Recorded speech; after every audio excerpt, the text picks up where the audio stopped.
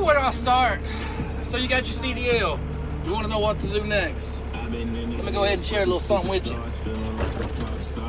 Oh man, I just got to my spot, put my curtain up, got my privacy curtain up. Turn that down so you hear me. Matter of fact, let's go ahead and shut the truck off so you can hear me. So you got your CDL. Now what? Well, I will tell you this. The worst thing you can do is compare yourself to the likes of myself, Jeffrey Locke, SoCal, Loshawn Parks. Folks like that, make that your first priority. Do not compare yourself to folks like us. And I'm going to tell you why. Because we've been in the trenches and we've got out. We've had the bad and we pushed through.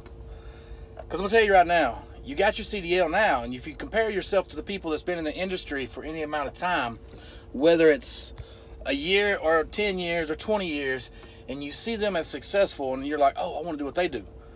You can't look at that person now and say, I want to do what they do and expect to have what they have. Because every one of us has went through the trenches. We've paid our dues, so to speak. I was just talking to one of the young cats, man. I like his Cato Kalen, and he was down in the dumps this past week. You know, he's been sitting and couldn't get loaded and sitting around a lot. So I shared a story with him. I'm gonna share it with you guys, and what to expect when you start driving. You got your CDL now.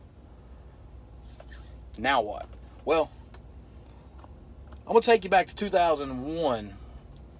I left the Dalton Beverage, which was a Budweiser distributorship where I got my CDL delivering beer, and went to Covenant. That was the only company that would give me a job because I hadn't had schooling. I got my CDL on job training, and I had 9 months experience running around in a delivery truck or a beverage truck with maybe a 35-foot trailer, 40-foot trailer. That's the experience I had. Covenant was the only one that was willing to give me a shot because I didn't have schooling and I didn't have experience. So I went through the ropes, got on a Covenant, and we got through all the training. And then me and my brother, we met up in Little Rock, Arkansas. And we had to go all the way down to Orlando to get our truck. And when we got down there, the truck needed a lot of work done to it, air leaks and stuff like that, you know, simple stuff. But we put it in the shop, all right? And we was down there, ended up being down there 3 days. We knew we was going to be down there 3, 4, 5 days while the truck was in the shop. And here's the dilemma. We had $40 between the two of us. So just what any two 21-year-olds would do, we took that $40 and said, all right, we're going to have to survive on $40, you know, for a couple days, maybe a week. We was broke, man. We was just getting in the game. We was broke. We had $40 between the two of us. We took the truck. We went down to the local Walmart in Orlando. We bought a carton of cigarettes because at the time, you know, we both smoked like freight trains. So we figured we need to, top priority, we got to get those smokes. So we got our cigarettes. Now, and at the time, it's about $20, $21 for a carton. And then we was like, all right, we got $20. What are we going to eat? What are we going to drink? So we bought a case of Cokes. At the time, it's probably like $5 or $6 for a case of Cokes. And we bought 2 loaves of bread. We bought some mayonnaise. And let me tell you guys, you know the struggle's real when you're 21 years old and you've never, ever ate potted meat. But that was the cheapest shit we could get in a pretty good sized quantity. My brother's like, man, it's all right. And I'm like, man, I don't know about all that stuff. He's like, man, we can't afford the ham. We can't afford this. We're going to have to put this back. I was like, all right, cool, dude, get it. So we bought some potted meat and a pack of cheese, $40. Cigarettes, drinks, sandwich stuff, potted meat. Well, let me just say, I didn't like potted meat.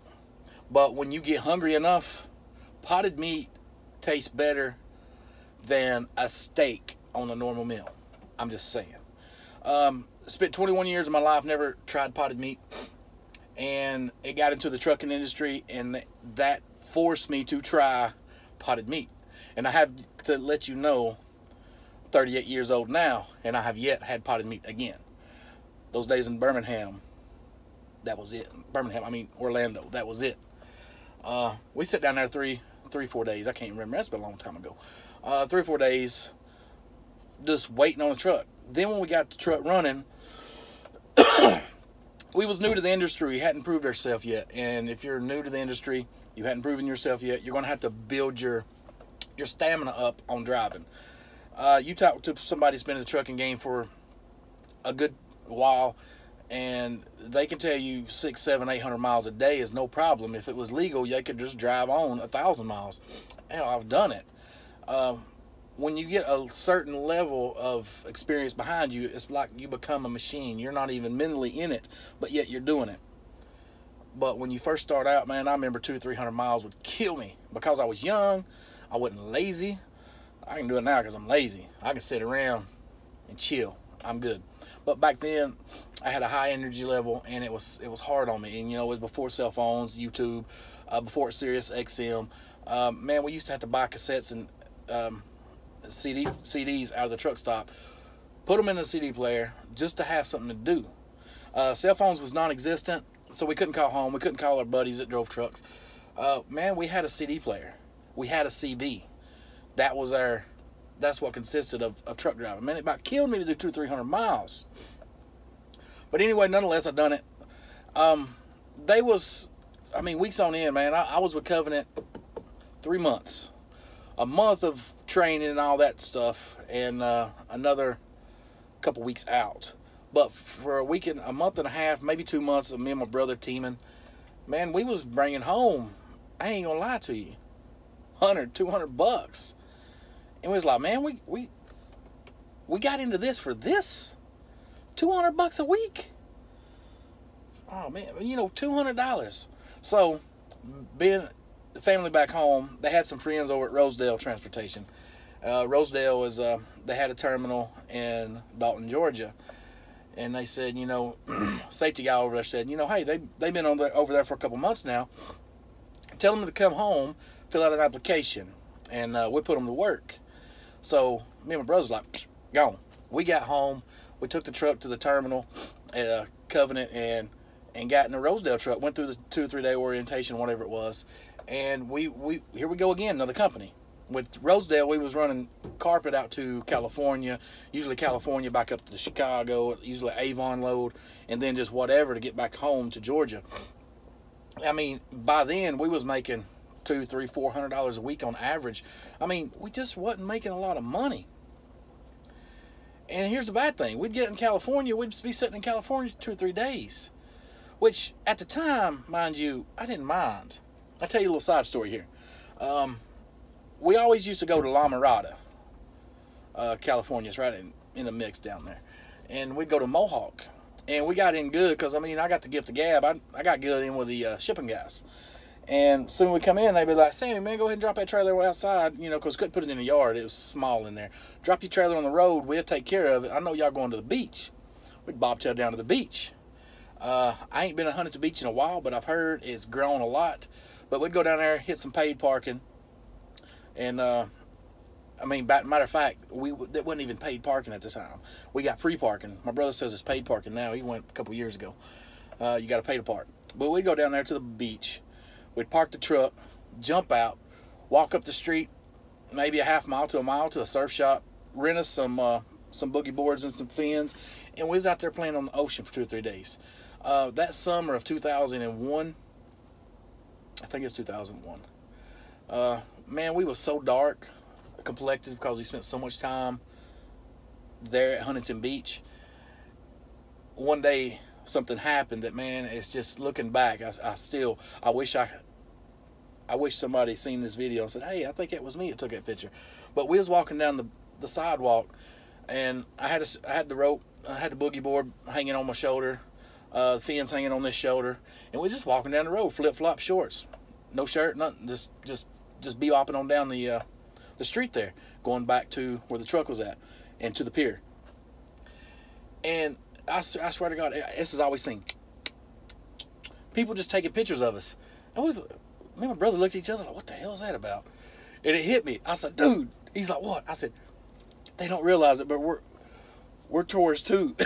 They think we're California surfers. I mean, we long hair, the bleached hair, dark skin, flippers, whatever you call them things, and the boogie boards. I said, man, they think we're California surf boys. And I mean, it's just been a little inside joke for the last 18 years, 17 years.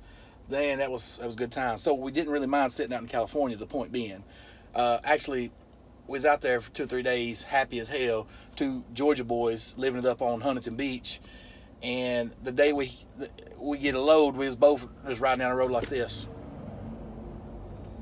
Man, we was pissed off. We didn't want to leave. But anyway, when you would go right back home and right back out there 2 or 3 days, 4 days, and play on the beach. So that's what it was. But the point of all of this is, they was days on end that we had to sit and wait on a load. They was weeks on end that we didn't get checks. And they was little bitty checks. Matter of fact, I came off the road because I could not seem to make enough money to validate or justify me leaving the family. So I found a local job in Mohawk Industries, spent 7 years with them, and I went back local. Or I got enough experience and I went local. And was at Mohawk for right at 6-7 years, and then left there and went to cook food, haul and feed.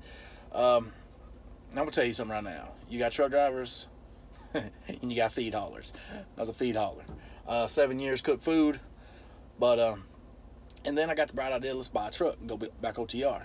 I love the decision, but that was a big learning curve as that as well. Maybe I'll make another video what to expect when you go on or out, because man, I'll tell you what, I got back down in the ditches and I had to dig my way out. But here's the deal. You try something new. You're going to fuck up. Excuse my language. You're going to mess up. You're going to make bad decisions, bad choices. You're going to go into areas you don't know about, and it's going to mess you up on getting out of there with some freight. You're going to go through all this. But here's the little secret. Think about this for a second. If you don't mess up, how will you learn to not mess up? It's like as a baby learning to crawl. How many times, if you got kids, I mean, we don't remember ourselves learning to walk, but if you've got kids, how many times did you watch your son or your daughter bust their ass, get right back up, bust their ass, get right back up? Hundreds, thousands of times. But you know what? They finally stood up. Then they take a step fall. They take a step fall. After enough times doing that, you learn what not to do. And that's what I'm trying to make this video represent. You got to have the failures so you learn what not to do. And if you don't have the failures and learning what not to do, then you're not learning. So look, whatever you do, do not compare yourself to myself. Do not compare yourself to LoSean Parks, SoCal, Jeffrey Lack, any of the big dogs. Jay Canal, he's not owner operator, but he knows his deal. If he was to go buy a truck tomorrow, I guarantee you he'd be successful. He's been in the industry long enough. He knows what not to do. At least I hope. Jay, I know you wouldn't disappoint me now. But anyway, do not compare yourself to the guys that's been in the industry for a while. Because trust me, we was in the ditches digging, and we got out of that. And you know how we done it? Failure. You got to have failure to learn what not to do. You got to have failure to get success. Anyways, guys, good luck with your new path, and trust the process. If you want to compare yourself to somebody that you know in the trucking industry, know this. Compare yourself to them and know this. If they've got it, so can you. But you got to keep that vision of what you want to become and where you want to go. And when you fall flat on your ass, get up and keep going, because trust me, everybody reaches success did. And just keep going. Trust the process. Focus on where you want to become, or what you want to become, and just keep going. And let me tell you, failure is around every corner. But after a while, that failure starts slowing down, and you realize you've become the person you created that vision of. Anyway, guys, I believe I'm going to get some Netflix and get ready to get this load off in the morning. See you, bye.